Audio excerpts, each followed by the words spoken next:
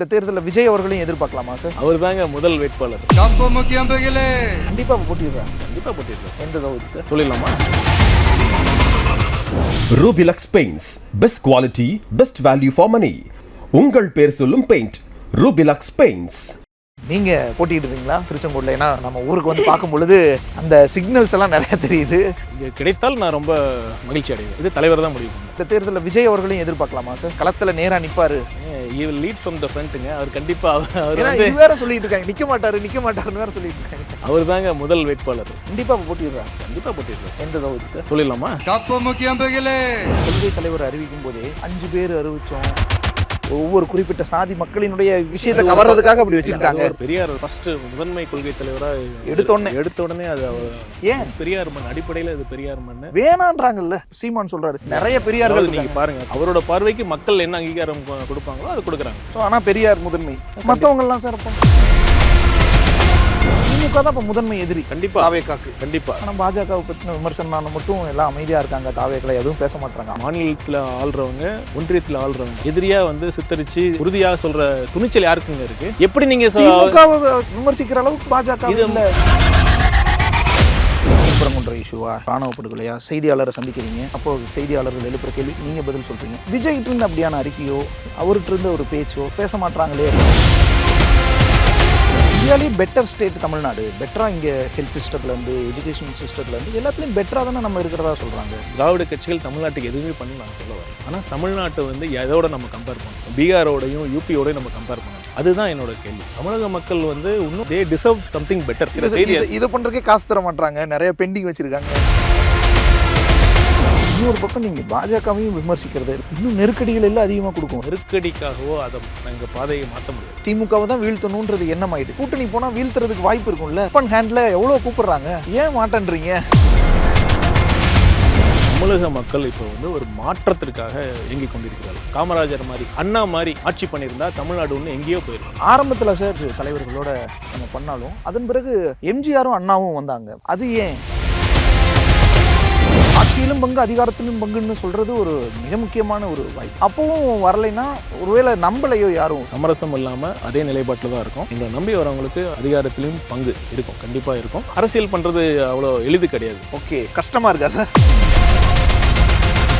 செங்கோட்டையன் அவர்கள் வந்தார். அந்த மாதிரி இன்னும் வேற வேற பெரிய பெரிய திசைகள்ல இருந்து வந்த மாதிரி தெரியல. தேர்தல் நெருங்கிடுச்சு. கவலைப்படாதீங்க, நடக்கிறப்ப உங்களுக்கு கண்டிப்பா. ஓகே, உள்ளுக்குள்ள பிரச்சனையாகாதா? ரொம்ப நாளா விஜய் கூட இருக்காங்க, ரசிகர் மன்றத்துல இருந்து செயல்பட்டு இருந்தாங்க. அவங்களுக்கு ஒரு வாய்ப்பு போகுதுன்ற எண்ணம் எல்லாம் வராதா? இல்ல, விஜய் அவர்களே பேசும் பொழுது எல்லாம் ஒற்றுமையா செயல்பட விடுங்கன்னு சொல்றாருன்னா அப்ப ஏதோ பிரச்சனை இருக்கு. அப்படி ஆயிடும்ல.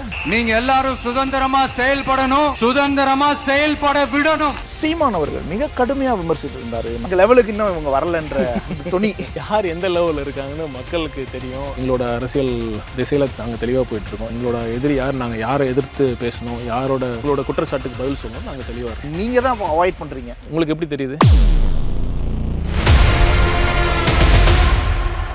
லைகா ப்ரொடக்ஷன்ஸ் பாஸ்கரன் வழங்கும் ARGY இயக்கத்தில் அனுபமா பரமேஸ்வரன் நடிப்பில் லாக்டவுன் வெற்றி நடை போடுகிறது. டான் பிக்சர்ஸ் ஆகாஷ் பாஸ்கரன் வழங்கும் சுதா கொங்கரா இயக்கத்தில் ஜிவி பிரகாஷ் இசையில் சிவகார்த்திகேயன், ஜெயம் ரவி நடிப்பில் பராசக்தி வெற்றி நடை போடுகிறது. உலக தமிழர்கள் அனைவருக்கும் வணக்கம். இப்போ நம்ம இருக்கிறது நாமக்கல் மாவட்டம் திருச்செங்கோடு தொகுதியில் இருக்கிறோம். டாக்டர் மேனாள் IRS அதிகாரி அருண்ராஜா நம்மோடு இருக்கிறாங்க. தாவேகாவினுடைய தற்போதைய கொள்கை பரப்பு பொதுச் செயலாளர். வணக்கம் சார். வணக்கம் சார். உங்களை பற்றி கேள்விப்படும் போது நம்ம நியூஸ்ல எல்லாம் பார்த்துருந்தோம். நீங்கள் ரிசைன் பண்ணிட்டு உடனே தாவேக்கில் வந்து ஜாயின் பண்ணியிருந்தீங்க. ஒரு டாக்டர், IRS ஆஃபீஸர், அடுத்து பொலிட்டீஷியன். எப்படி இந்த பயணம்? அது சம்பந்தமே இல்லாத துறைன்னு சொல்ல முடியாது, சம்பந்தம் இருக்குது. எப்படின்னா என்னோட பயணத்தை கேட்டிங்கன்னா அது தெரிஞ்சிடும்.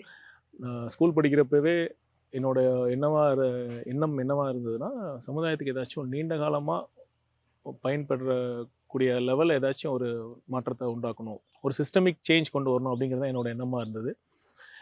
அப்போ படிக்கிறப்ப என்னோட புரிதல் என்னவாக இருந்ததுன்னா, ஸோ ஒரு ரிசர்ச் சயின்டிஸ்ட், ஓகே, அவங்க பண்ணால் ஒரு இதை வச்சு புதுசாக கண்டுபிடிச்சா மக்களுக்கு அது நல்லதாக இருக்கும் அப்படிங்கிற ஒரு புரிதல் தான் இருந்தது.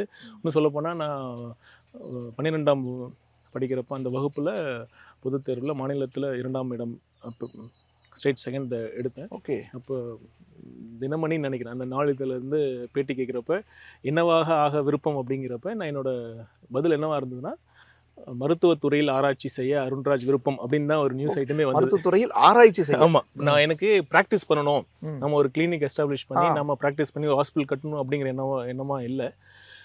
அந்த மாதிரி தான் என்னோட எண்ணம் இருந்தது. அதில் ஒரு ஆராய்ச்சி செஞ்சு அதில் ஒரு மெடிசனோ ஏதோ ஒரு ட்ரீட்மெண்ட் மெத்தடோ கண்டுபிடிச்சி பண்ணணும் அப்படிங்கிறது தான் என்னோட எண்ணமாக இருந்தது. அப்புறம் சேலத்துலேருந்து சென்னைக்கு வரேன்.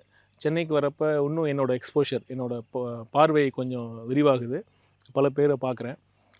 அந்த சமயத்தில் வந்து என்னோட காலேஜ் சீனியர் ஒருத்தர் உங்களுக்கு தெரிஞ்சிருக்கும், உமாநாத். அவர் ஐஏஎஸ் ஆஃபீஸர், இன்னைக்கு தமிழ்நாட்டோட மிக முக்கியமான பொசிஷன்ல இருக்காரு. அவர் வந்து சிவில் சர்வீஸ் எக்ஸாம் கிளியர் பண்ணி டாப் 10 ரேங்க்ல வராரு. அப்போ எனக்கு ஒரு சரி ஏன் இப்படி பண்ணக்கூடாது அப்படிங்கிற ஒரு எண்ணம் வந்தது. பியூரோக்ராட்டாக இருந்து மக்களுக்கு நேரடியாக சேவை செய்யக்கூடாது. ஆமாம் அப்படிங்கிறப்ப ஒரு சிஸ்டமிக் அவங்க லெவலில் பண்ண முடியுங்கிற ஒரு எண்ணம் வந்தது. சரி நாம சிவில் சர்வீஸ் எழுதலாம் அப்படிங்கிற ஒரு எண்ணம் வந்து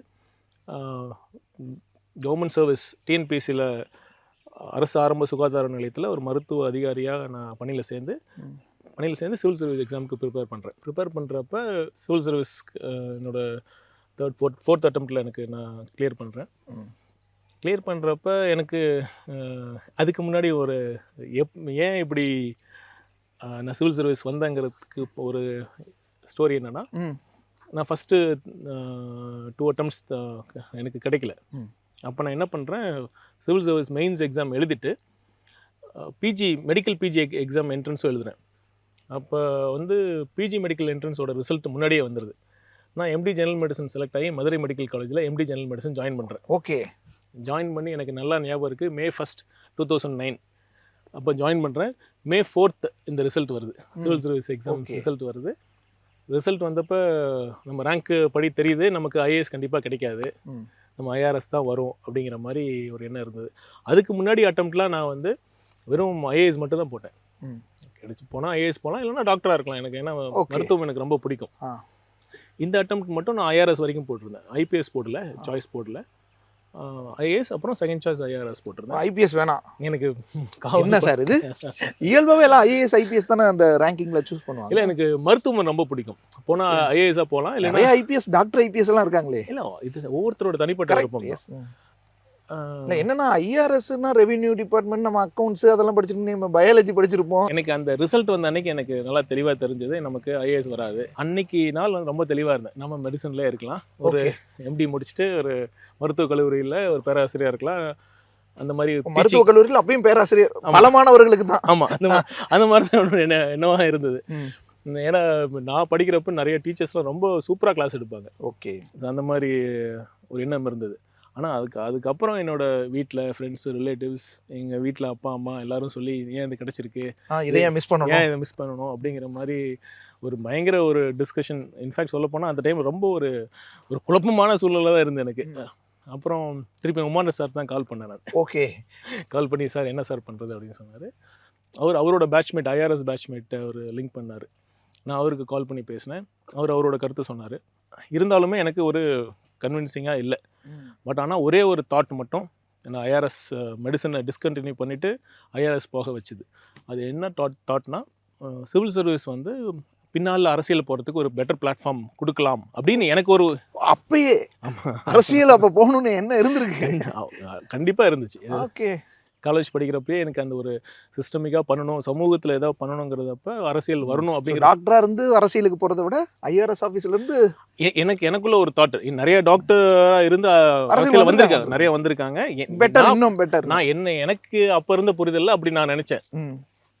அதனால சரி, அந்த ஒரு புள்ளியில் வந்து நான் முடிவு பண்ணேன், சரி நம்ம ஐஆர்எஸ் போகலாம் அப்படின்னு. பிளான் தான் அப்போ. அதுதான் உண்மை. நான் அந்த ஃப்ராங்காக நான் இல்லைன்னா மறுக்க மாட்டேன், அதுதான் உண்மை. அப்புறம் ஐஆர்எஸ் படி சார் அந்த இது கேட்டேன்ல, அக்கௌண்ட்ஸ் அது இது சொல்லுவோம், நம்ம பயாலஜி அதுக்கப்புறம் எம்பிபிஎஸ்லேயும் ஃபுல்லாக எல்லாம் இல்லை. அக்கௌண்ட்ஸ்னா ஐஆர்எஸ்னால் நீங்கள் போய் கணக்கு எடுத்து பார்க்குற வேலைலாம் இருக்காது. நீங்கள் இதுலேயும் வந்து ஒரு காமன் சென்ஸ் தான். நம்ம கீழே எல்லாருமே இருப்பாங்க. Basic understanding. சயின்ஸ் பேசிக்கலாக நம்ம சயின்ஸ் பேக்ரவுண்ட்லேருந்து வந்ததுனால எதையும் ஆராய்ச்சி ஒரு சயின்டிஃபிக்காக அணுகி அதை ஒரு காமன் சென்ஸ் இருந்தால் லீடர்ஷிப் தான் அது பண்ணால் போதும். கடவுள் புண்ணியத்தில் நாம் சர்வீஸ்லேயும் ஐஆர்எஸ்லேயும் ஒரு நல்ல விதமாக பணி பண்ணோம். முக்கியமான சில கேசஸ்லாம் கூட நம்ம பண்ணோம். கோடிகளை எல்லாம் பிடிச்சோம். அதனால் எனக்கு அந்த அனுபவம் நல்லா இருந்தது. அந்த சர்வீஸில் அப்போ தான் தலைவர் அவர்களுடைய இன்ட்ரொடக்ஷன் கிடச்சிது. ஓகே, அன்றைய தளபதி. ஆமாம், அறிமுகம் கிடைச்சது. அவரோட எப்படி சார் மீட்? விஜய் கூட? அதுவும் எப்படின்னா, இந்த ஐஆர்எஸ் ட்ரைனிங் அப்போ எங்களோட ட்ரைனிங் 16 மாதம் ட்ரைனிங். எங்கள் நாக்பூரில் National Academy of Direct Taxes, okay, அதுதான் எங்கள் ட்ரைனிங் அகாடமி. 16 மாதமும் அங்கேயே இருக்க மாட்டோம். இடையில வந்து ஃபீல்டுக்கெலாம் போவோம். On the job training. அது on the job training first 1 மாதம் அனுப்புவாங்க, பின்னாடி திருப்பி 2 months அனுப்புவாங்க. அந்த மாதிரி ஒரு ஆன் த ஜாப் ட்ரைனிங் அப்போ நாங்கள் ஒரு 10 பேர் சென்னை வந்திருந்தோம். அப்போ ஒரு அதிகாரியோடு எங்களை அட்டாச் பண்ணியிருந்தாங்க, எப்படி நடக்குது அப்படின்னு. அப்போ தான் வந்து நாங்களாம் அதோட ஆன் த ஜாப் ட்ரைனிங்கோட நோக்கம் என்னென்னா, அங்கே சென்னையில் இருக்கிற இண்டஸ்ட்ரி விசிட்டு, முக்கியமாக ஒவ்வொரு துறையிலையும் யார் யார் சாதிச்சிருக்காங்களோ அவங்கள போய் அணுகி அவங்களோட எக்ஸ்பீரியன்ஸஸை கெயின் அதுதான் அதோட நோக்கம். அப்படி தான் வந்து தலைவர் அவர்களை வந்து 2011 நாங்கள் மீட் பண்ணோம். 8 பேர் போய் மீட் பண்ணோம். நான் போகிறப்ப ஒரு ஓப்பன் மைண்டடாக தான் போனேன். நான் வந்து அவர் வந்து ஒரு பெரிய அந்த துறையில் அவர் சாதிச்சிருக்கார், அந்த முறையில் போனேன். ஆனால் திரும்பி வரப்போ விஜய்ங்கிற தனி மனிதனுக்கு ஒரு மிகப்பெரிய ஃபேன். ஒரு ஆக்டர் மட்டும் இல்லாமல். ஆமாம், வெரி வெரி ரொம்ப sweet, humble, down to earth. அந்த மாதிரி எல்லாத்தையும் நாங்கள் போன எல்லாருமே ஹி ஒன் அவர் ஹார்ட்ஸ், அவ்வளோதான் அப்படி தான் சொல்லணும். ஸோ இப்போ அவருமே இப்படி ட்ரைனிங் இருக்கக்கூடிய சிலர் வராங்க, நம்மக்கிட்ட பேச போகிறாங்கன்றது போது அதெல்லாம் ஏற்றுக்கிட்டு ஒத்துக்கிட்டு. ஆமாம், இன்ஃபேக்ட் நெக்ஸ்ட் டே அப்போ உடனே அப்பாயின்மெண்ட் கொடுத்தாரு. எப்படி அவரை சூஸ் பண்ணாங்க? இல்லை, அது வந்து நம்மளோட சாய்ஸ் கேட்பாங்க. ஓகே, நீங்களாம் சூஸ் பண்ண. அதாவது இதுதான் இவங்கள தான் பார்க்கணும் அப்படிங்கலாம் கிடையாது. நம்மளே பார்த்து நம்ம டிஃப்ரெண்ட் குரூப் வந்து நம்ம ஸ்போர்ட்ஸ் நாங்கள் ஸ்போர்ட்ஸில் இந்த ஒரு கிரிக்கெட்டர் இருக்காங்க, அவங்கள பார்க்கணும், எங்களை அரேஞ்ச் பண்ணால் பண்ணுவாங்க. அது மாதிரி நாங்களாக கேட்டோம். நாங்கள் விஜய் ஒத்துக்கணும்ல. ஒத்துக்கிட்டாரு. ஓகே, அதுவும் உடனே ஒத்துக்கிட்டாரு. ஸோ எப்படி சார் இருந்துச்சு அந்த இன்ட்ராக்ஷன்? எப்படி இருந்துச்சு? என்ன பேசணும்? என்ன அவரோட அனுபவங்கள், சினிமா அனுபவங்கள், அதை தான் கேட்டோம். அவர் எங்களை பற்றிலாம் கேட்டு தெரிஞ்சிட்டார். நீங்களாம் எப்படி, நீங்கள் எந்த ஊர், அப்புறம் என்ன படிச்சிருக்கீங்க, எப்படி இந்த ஃபீல்டுக்கு வந்தீங்க, அந்த மாதிரி கேட்டிருந்தாங்க. அந்த மாதிரி ஒரு ஜென்ரலாக தான் பேசிட்டு ஓகே வந்தோம். ஓகே. அவர் ஏதாவது உங்ககிட்ட எல்லாம் பேசினாரா? நீங்கள் என்ன படிச்சீங்க, இந்த டிபார்ட்மெண்ட் எப்படிப்பட்ட டிபார்ட்மெண்ட், அந்த மாதிரி எல்லாம் எல்லாத்தையும் கேட்டார். எப்படி, என்ன சர்வீஸ், நீங்கள் எப்படி, உங்கள் பணி எப்படி இருக்குது, ட்ரைனிங் எப்படி இருக்குது, அந்த மாதிரி பொதுவான ஒரு ஜென்ரல். அப்போவே பாலிடிக்ஸை பற்றி பேசுனீங்களா? இல்லை, அப்போல்லாம் பாலிடிக்ஸ் பற்றிலாம் பேசல. இப்போ எப்போ பாலிடிக்ஸ் பற்றி பேசணும்? அதுக்கப்புறம் ரொம்ப நாள் கழிச்சு, இன்ஃபேக்ட் சொல்ல போனால் 2020 சீரியஸான பாலிடிக்ஸ். ஓகே, அப்போ நீங்கள் ஆஃபீஸர் ஆகிட்டீங்கல்ல? ஆஃபீஸர் தான் இருந்தேன். இருந்தும் இப்போ ஒரு நட்பு ரீதியில் பேசணும், அவ்வளோதான். ஓகே, அவரோட அரசியல் பார்வை சொல்லுவார், என்னோட அரசியல் பார்வை சொல்லுவோம், அவ்வளோதான். அது மாதிரி 2020 இருந்தே. 2020. ஓகே, கோவிட் டைமில் இப்போ சீரியஸாக பாலிடிக்ஸ் யோசிச்சிருக்கீங்க? உண்மைதான். கோவிட் டைமில் தான் ரொம்ப கோவிட் டைமில் தான் அந்த டிஸ்கஷன்ஸ், இன்ஃபேக்ட் மாஸ்க் போட்டுட்டு தான் பேசிகிட்டு இருந்தோம். அப்படி? ஓகே, என்ன நல்லா சார் அப்போ பேசுனீங்க? என்னென்ன விஷயங்கள் எல்லாம்? ஏன்னா பாலிடிக்ஸ் இன்ட்ரெஸ்ட்டுங்கிறது தாண்டி கட்சி ஆரம்பிக்கிறத பற்றியேவா, அல்லது என்னென்ன விஷயங்கள் எல்லாம்? தலைவருக்கு என்னென்னா, சமூகத்தில் கண்டிப்பாக நமக்கு இவ்வளோ பண்ணியிருக்காங்க, இவ்வளோ கொடுத்துருக்காங்க, ஏதாச்சும் திருப்பி செய்யணும், அதை எப்படி பண்ணலாம், அரசியல் கட்சி ஆரம்பிக்கலாமா, அந்த மாதிரி 20 ஆமாம். அவருக்கு நான் ஏற்கனவே சொன்ன மாதிரி அவருக்கு இது வந்து ஒரு திடீர்னு எடுத்த முடிவுலாம் கிடையாது. அவர் இதுக்கு இந்த பெருக்கிறதுக்காக ரொம்ப நாள் நீண்ட காலமாக அவரே படுத்திட்டு தான் இருந்தார். அப்போ இது ரொம்ப சீரியஸான டிஸ்கஷன்ஸ்லாம் அப்போ இருந்தது. அந்த இப்போ எப்படி யார் யார் தலைவர்கள் இருக்காங்க, எந்த மாதிரி கட்சிகள் இருக்குது, மக்கள் மனநலன் எப்படி மாற்றம் வந்தால், ஒரு புதிய கட்சி வந்தால் நம்ம எந்த மாதிரி அரசியலை முன்னெடுக்கணும், எந்த மாதிரி கொள்கை அப்படிங்கிறது அந்தளவுக்கு ரொம்ப ரொம்ப தத்துவார்த்த பேச்செல்லாம் இருந்திருக்கு. டெஃபினட்டாக, கண்டிப்பாக. அவர் என்ன மாதிரியான ஐடியாலஜியோட இருந்தார் சார்? அப்போ நம்ம பேசும்போது தெரிஞ்சிருக்கும்ல. இப்போ கட்சியோட கொள்கை என்னவா இருக்கோ அதுதான் அவரோட சிந்தனையாகவும் இருந்தது. ஒரு மதச்சார்பற்ற சமூக நீதி. அவர் பார்த்தீங்கன்னா ஒரு secular person plus social justice. அந்த வந்து மக்களுக்கு அனைவருக்கும் அனைத்தும் கிடைக்கணும் அப்படிங்கிற மாதிரி தான் அவரோட எண்ணம். அதுவாக தான். ஏன்னா இந்த கொள்கை தலைவர் அறிவிக்கும் போதே 5 பேர் அறிவிச்சோம். ஒவ்வொருத்தருக்கு என்ன கொள்கை எடுத்துக்க போறாங்க? எப்படி பெரியார் வந்து கடவுள் மறுப்பு, அப்ப இவரும் கடவுள் மறுப்பு எடுத்துக்க போறாரா? சாதி ஒழிப்புன்னு அம்பேத்கர் வைக்கிறாரு. இப்ப சாதி ஒழிப்பு இவங்களும் நோக்கமா இருக்குமா? இல்ல காமராஜர் எதுக்கு? வேலு நாச்சியார் எதற்கு? அஞ்சலை அம்மாள் எதற்குன்னு நெறைய டிஸ்கஷன்ஸ் போச்சு. இல்ல இவங்கலாம் ஒரு ஒவ்வொரு குறிப்பிட்ட சாதி மக்களினுடைய விஷயத்தை கவர்றதுக்காக அப்படி வச்சிருக்காங்க. ஒரு பார்வை மக்கள் அப்படி சொல்றாங்க. பட் அதெல்லாம் அப்படி கிடையாது. இதெல்லாம் ஆரம்பத்திலேயே ஒரு பெண் தலைவர்கள் கண்டிப்பா இருக்கணுங்கிறதுலாம் ரொம்ப முக்கியமா அவர் அப்பயே நினைச்சாரு. பெரியார் ஆப்வியஸா அவர் தான் ஃபர்ஸ்ட் முதன்மை கொள்கை தலைவரா எடுத்த உடனே அது ஏன்? ஏன்னா நம்ம இந்த இது பெரியார் மண், அடிப்படையில் இது பெரியார் மண், சமூக நீதி மண், சுயமரியாதை மண், பகுத்தறிவு மண் அப்படின்னாவே நம்ம தந்தை பெரியார் தானே. ஓகே. ஸோ பெரியாரை தவிர்த்துட்டு இங்கே ஒரு அரசியலை யோசிக்க முடியாது, தேவையில்லையே. பெரியார் கண்டிப்பாக என்ன தேவையில்லைங்கிறத தாண்டி அதுதான் தேவை. இந்த இந்த பார்த்தீங்கன்னா இப்போ தமிழ்நாட்டில் வந்து பல விதத்தில் தாக்குதல் நடக்குது. நம்ம மாநில உரிமைகளுக்காக அதற்கு எதிராகவும் இருக்கட்டும், ப்ளஸ் சமூக நீதிக்கு எதிராகவும் இருக்கட்டும், மத அரசியலாக இருக்கட்டும், பல விதத்தில் வந்து நம்ம மண்ணோட அரசியல், நம்ம மண்ணோட கொள்கை, இந்த மண்ணோட மக்களோட எண்ணங்களுக்கு அகைன்ஸ்டாக பல முனைகள் இருந்து நம்ம தாக்குதல் வர்றப்ப பெரியாருங்கிறது ஒரு பெரிய கேடயம். நமக்கு கேடயம் கண்டிப்பாக அரண் தூக்கி பிடிச்சே ஆகணும். கண்டிப்பாக தூக்கி பிடிச்சே ஆகணும். வேணான்றாங்கல்ல, எதுக்கு பெரிய நிறைய பேர் இருக்காங்கல்ல, ஏன் பெரியார் மட்டுமே? இப்ப சீமான் சொல்றாரு நிறைய பெரியார்கள். நீங்க பாருங்க, தமிழ்நாட்டில் இருக்கிற முதன்மை அரசியல் கட்சிகள் எல்லாமே பெரியாரை தூக்கி பிடிச்சிருக்காங்க. ஈவன் சீமானும் தூக்கி பிடிச்சிருந்தார். ஆனா இப்ப நான் தெரிஞ்சுக்கிட்டேன்றாரு. பெரியார் ஏதோ சின்ன சின்ன விஷயம் செஞ்சிருக்காரு, ஓகே. அதுக்காக எல்லாத்தையும் ஒரு கேடயமா ஏன் அவரை தூக்கி தான் நிறுத்தி இதெல்லாம் தடுக்கணுமா என்னன்றாருல? அது அவரோட பார்வை, அவ்வளவுதான். அவரோட பார்வைக்கு மக்கள் என்ன அங்கீகாரம் கொடுப்பாங்களோ அதை கொடுக்குறாங்க. ஓகே. ஸோ ஆனால் பெரியார் முதன்மை, மற்றவங்க எல்லாம் சார் அப்போ நீங்க அதே தெளிவு அந்த விக்கிரவாண்டி மாநாட்டிலே ரொம்ப தெளிவா சொன்னோம். Yes yes S.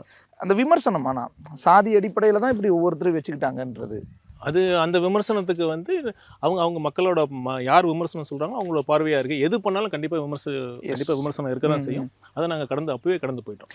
இன்னொரு திராவிட கட்சி தானே பெரியார். எல்லா திராவிட கட்சிகளும் அவங்க முதன்மைப்படுத்துறாங்க, அம்பேத்கரை முதன்மைப்படுத்துறாங்க, காமராஜரை முதன்மைப்படுத்துறாங்க. அதே தான் நீங்க நான் சொல்றேன். திமுக அண்ணா காலத்துல இருந்து திமுக இப்போ இருக்கா சொல்லுங்க? இப்போ பெரியாரும் அண்ணாவும் சொன்ன கொள்கைகளை வந்து இங்கே பின்பற்றுறாங்களா? அவங்க வந்து குடும்ப ஆட்சி செய்ய சொல்றாங்களா? ஊழல் பண்ண சொல்றாங்களா? சொல்லுங்க. இதை வந்து எங்க இருக்கு ஜனநாயகம்? ஜனநாயகம் நல்லா இருந்தால் தான் சமூக நீதி பண்ண முடியும் ஆக்சுவலா. அப்போ அவங்க பண்றது இல்லையே. அவங்க ஒரு குடும்ப தேவை ஏற்படுது, கண்டிப்பா தேவை ஏற்படுது. இப்போ வந்து அவங்க எந்த ஒரு இயக்கமா இருந்தாலும் ஆரம்பிக்கிறப்போ ஒரு பிரின்சிபல்டாக இருப்பாங்க. அது போக போக அடுத்த ஜென்ரேஷன் வரப்போ அதோட தேய்மானம் ஏற்படுது. இப்போ அந்த சொல்லுவாங்கள்ல, ஒரு பழமொழிலாம் இருக்குது, அதை நான் சொல்ல விரும்பலை.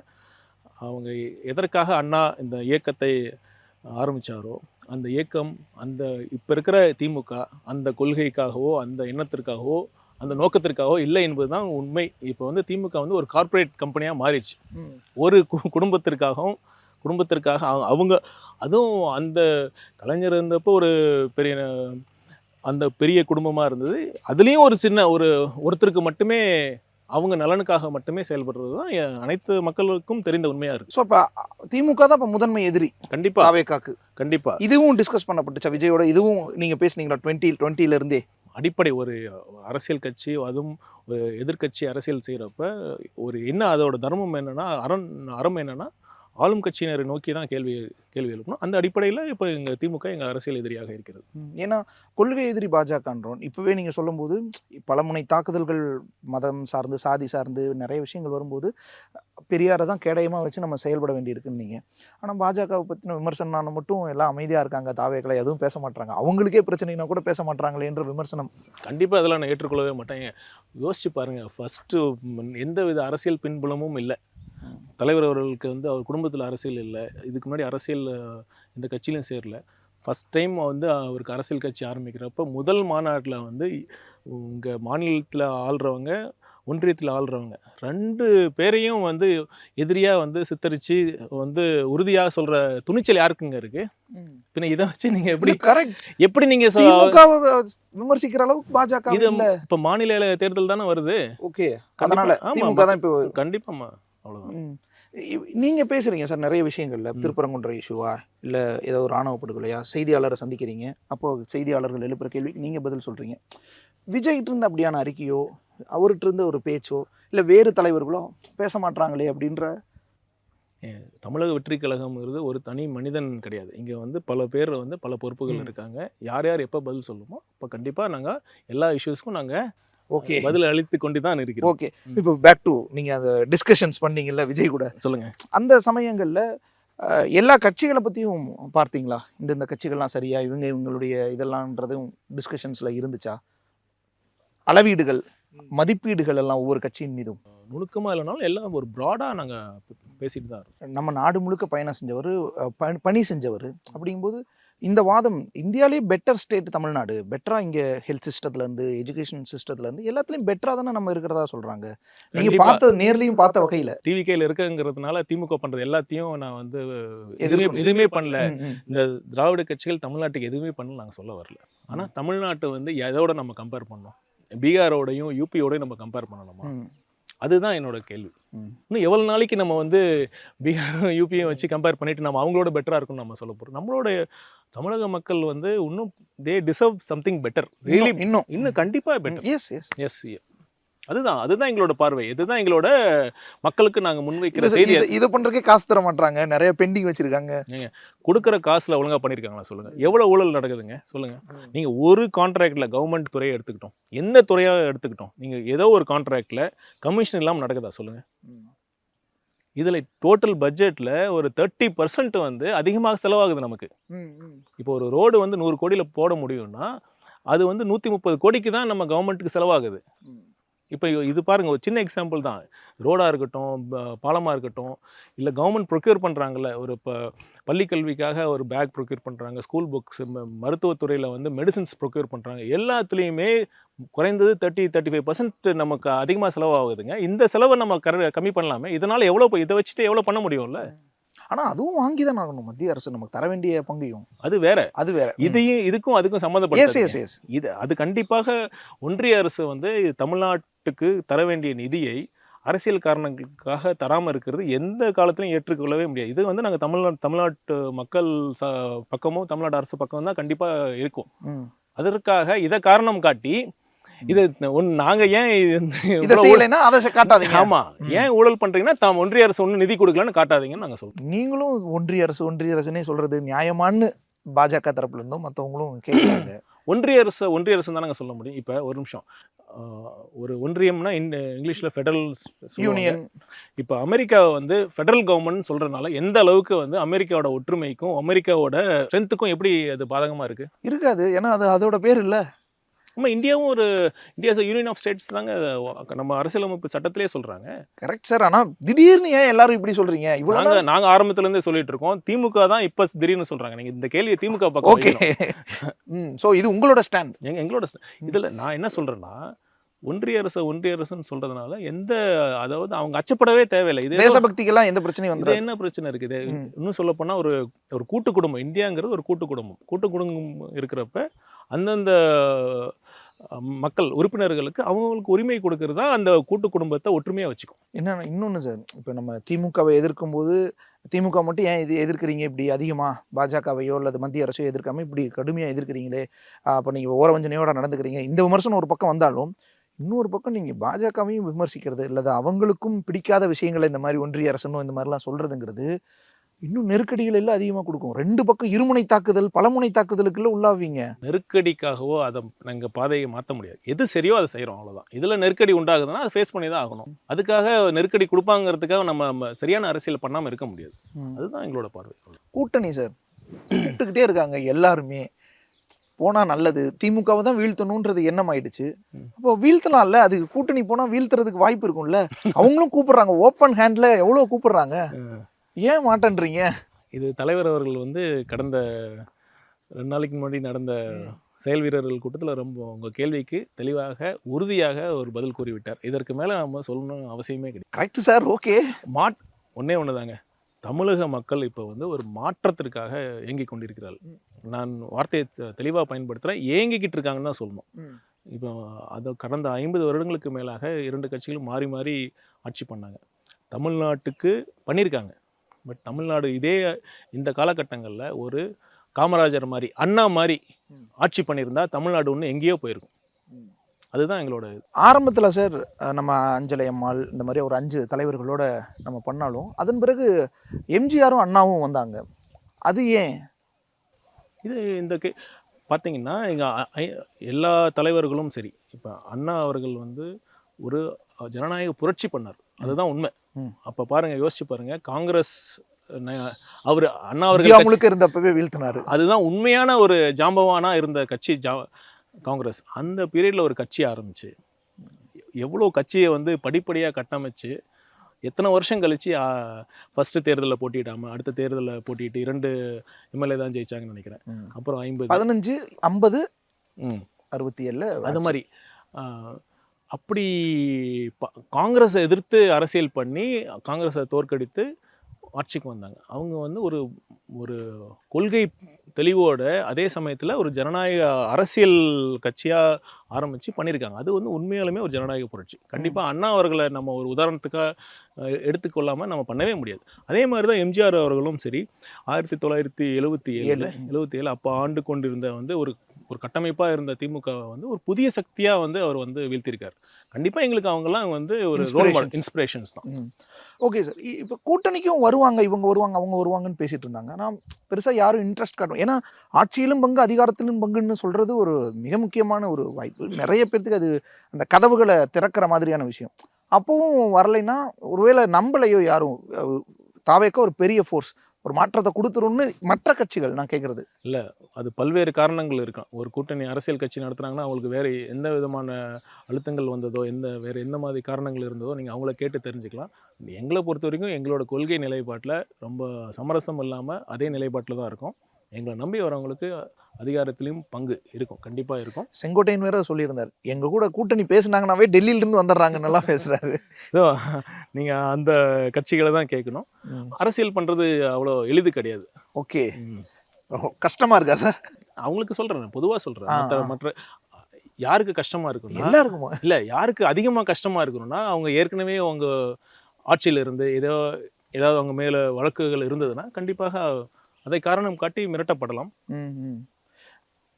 இப்போ சார் செங்கோட்டையன் அவர்கள் வந்தார், தாவேக்காலாம் இணைஞ்சார். அந்த மாதிரியான நபர்கள் வர்றது எந்த அளவுக்கு பலமிக்க ஒரு விஷயத்தையே கொடுக்குது? இப்போ செங்கோட்டையன் அண்ணன் வந்தார், அதனால் வந்து கட்சி எவ்வளோ எழுச்சி பெற்றது, எந்த அளவுக்கு கேடர் நிர்வாகிகள் வந்து புத்துணர்ச்சி பெற்றாங்கிறது நம்ம கண் கூட பார்க்குறோம். கண்டிப்பாக அது பெரிய பலமாக. அந்த மாதிரி இன்னும் நிறைய பேர் வர்றதுக்கு வாய்ப்பு இருக்கா? கண்டிப்பாக இருக்குது, கண்டிப்பாக இருக்குது. ஏன்னா அந்த மாதிரி இன்னும் வேறு வேறு பெரிய பெரிய திசைகள்லேருந்து வந்த மாதிரி தெரியல, எல்லாம் ஹேசியங்களாக இருக்குது.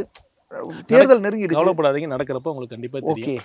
அப்புறம் இன்னொன்று சார், இப்படி வராங்க, வரும் பொழுது உள்ளுக்குள்ள பிரச்சனையாகாதா? ரொம்ப நாளாக விஜய் கூட இருக்காங்க, ரசிகர் மன்றத்துலேருந்து செயல்பட்டு இருந்தாங்க, அவங்களுக்கு ஒரு வாய்ப்பு போகுதுன்ற எண்ணமெல்லாம் வராதா? இல்லை, அந்த மாதிரிலாம் வரல. இந்த பல தரப்ப இன்னும் சொல்லப்போனால் செங்கோட்டையன் அவர்கள் பற்றி கூட ஒரு செய்தியில் வந்து ஒரு அதிருப்தியில் இருக்காருன்னா ஒரு செய்தி பார்த்தோம். அந்த மாதிரிலாம் இல்லை. ஆனால் உண்மையாக உடனடியாக மறுப்பு கூட தெரிவிச்சிருந்தார். இதெல்லாம் நீங்கள் என்னதான் ஊடகங்கள் முயற்சி பண்ணாலும் நாங்கள் வந்து ஒரு டீமாக எங்களுக்குன்னு ஒரு எந்தெந்த ரோல் இருக்குன்னு தலைவர் அவர்களை வந்து தெளிவாக வகுத்து கொடுத்துருக்காரு. அதுபடி நாங்கள் போயிட்டுருக்கோம்.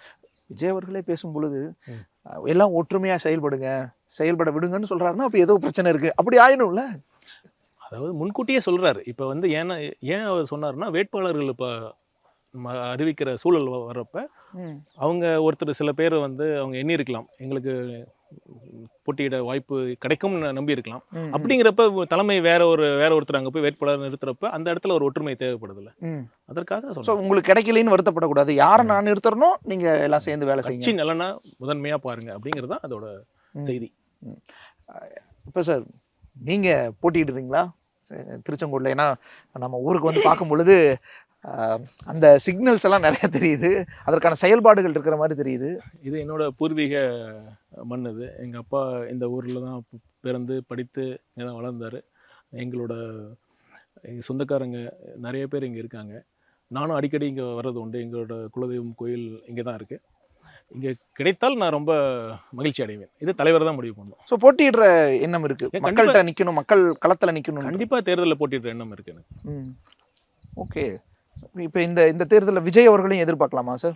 களத்தில் நேராக நிற்பாரு, he will lead from the frontங்க. அவர் கண்டிப்பாக ஏன்னா இது வேற சொல்லிட்டு இருக்காங்க, நிற்க மாட்டாருன்னு வேற சொல்லிட்டு இருக்காங்க. அவர் தாங்க முதல் வேட்பாளர் எங்கள்கிட்ட. அவர் ஆர்மியில் வந்து அவர் தான் முன்னாடி இருப்பார். கண்டிப்பாக போட்டிடுறார். கண்டிப்பாக போட்டிடுறார். எந்த தொகுதி சார்? சொல்லிடலாமா? சொன்னீங்கன்னா நல்லா இருக்கும்.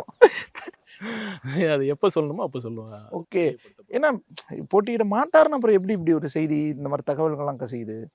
அதான் எந்த செய்தி நிறுவனம் இல்லை அல்லது எந்த ஊடகவியலாளர் சொல்கிறாங்களோ அவங்களுக்கு ஒரு அஜெண்டா இருக்குன்னு தானே அர்த்தம். ஓகே. இறங்குறாப்புல. அது எந்த வித ஒரு சிறு ஆசிலேஷனோ டிஸ்கஷனோ எப்பவுமே இருந்ததே கிடையாது. அப்படி இருக்கிறப்ப எதன் அடிப்படையில் வந்து இந்த மாதிரி செய்திகள் வெளிவருதுன்னா, உண்மையிலுமே என்ன தோணுதுன்னா அவங்களுக்கு வேற ஏதாச்சும் நோக்கம் இருக்கலாம். இல்ல இறங்கிட கூடாதுன்னு ஒரு வேலை நினைக்கலாம். அவங்க வந்து தமிழக வெற்றி கழகம் ஆரம்பிக்காம இருந்திருக்கலாம். ஒருவேளை டிவிக்கு ஆரம்பிக்காம இருந்திருந்தா கண்டிப்பா சிலர் ஈஸியா வந்து நாங்க சிஎம் ஆயிருப்போம் அப்படின்னு சிலர் எண்ணி இருக்கலாம். ஓகே. அவங்க தரப்புல இருந்து வந்திருக்குமா? இருக்கலாம், கண்டிப்பா இருக்கலாம். சீமான் அவர்கள் மிக கடுமையா விமர்சிட்டு இருந்தாரு. நாம் தமிழர் கட்சியும் தாவேக கடுமையா விமர்சிட்டு இருந்துச்சு. இப்ப 2-3 நாட்களுக்கு முன்னாடி நடந்த கூட்டத்துல இனி விமர்சிக்காதீங்க, நம்மளுடைய கேள்விகளுக்கு அவங்கள்ட்ட பதில் இல்லை, அவங்க இன்னொரு 10-15 வருஷம் ஆகும் இந்த நம்ம கேள்விகளுக்கு பதில் சொல்ற அளவுக்கு வர்றதுக்கு அப்படின்னு சொல்றார். அதாவது எங்க லெவலுக்கு இன்னும் இவங்க வரலன்ற அந்த துணி. யார் எந்த லெவலில் இருக்காங்கன்னு மக்களுக்கு தெரியும். இது ஒரு கிரவுண்டில் வந்து ஒவ்வொரு கட்சிக்கும் எவ்வளோ செல்வாக்கு இருக்குன்னு ஸ்டடி பண்ணுறாங்களா அவங்களுக்கு தெரியும். நாங்கள் எங்களோட பார்வையில் எங்களோட அரசியல் திசையில் நாங்கள் தெளிவாக போயிட்டுருக்கோம். எங்களோட எதிரி யார், நாங்கள் யாரை எதிர்த்து பேசணும், யாரோட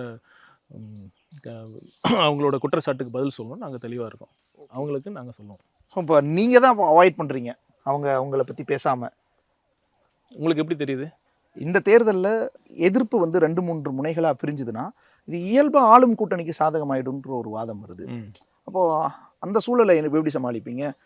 உங்களால தான் நான் வந்து எம்ஜிஆர் அவர்களை ஏன் வந்து நீங்கள் எடுத்துக்கிறீங்க? ஜனதா கட்சி 1977 4 முனை போட்டி நடந்தது. அப்போ வந்து யோசிச்சிருக்கலாமே, அது வந்து ஆளும் கட்சிக்கு தான் சாதகமாக இருந்திருக்கும்னு நீங்கள். ஆனால் அப்போ எம்ஜிஆர் ஆளுங்கட்சியை உடைச்சிட்டு வந்தவர், அதோட கேடர்ஸ் தானே அங்கேயும் வந்தாங்க. இப்போ மட்டும் எப்படி? இப்போ யார் திமுக தமிழக வெற்றி கழகத்தின் ஆதரவாளர்கள்லாம் யார்?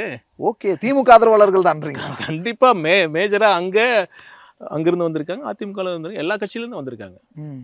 அவங்க தலைவர்களை உடைச்சாங்க, நாங்கள் தொண்டர்களை ஆதரவாளர்களை உடச்சி கூட்டு வந்திருக்கோம். Okay okay sir. இப்போ நம்ம பேசிக்கிட்டு இருக்கிறோம் திருச்செங்கோடு. நீங்கள் சொல்லியிருந்தீங்க ஒருவேளை போட்டியிட வாய்ப்பு கிடைச்சா இங்கே போட்டியிடுறதா இருந்தால் மகிழ்ச்சி. இந்த ஊரை பற்றி சொல்லுங்கள் சார். நான் ஏற்கனவே சொன்ன மாதிரி இது எங்கள் அப்பாவோட பிறந்த ஊர்.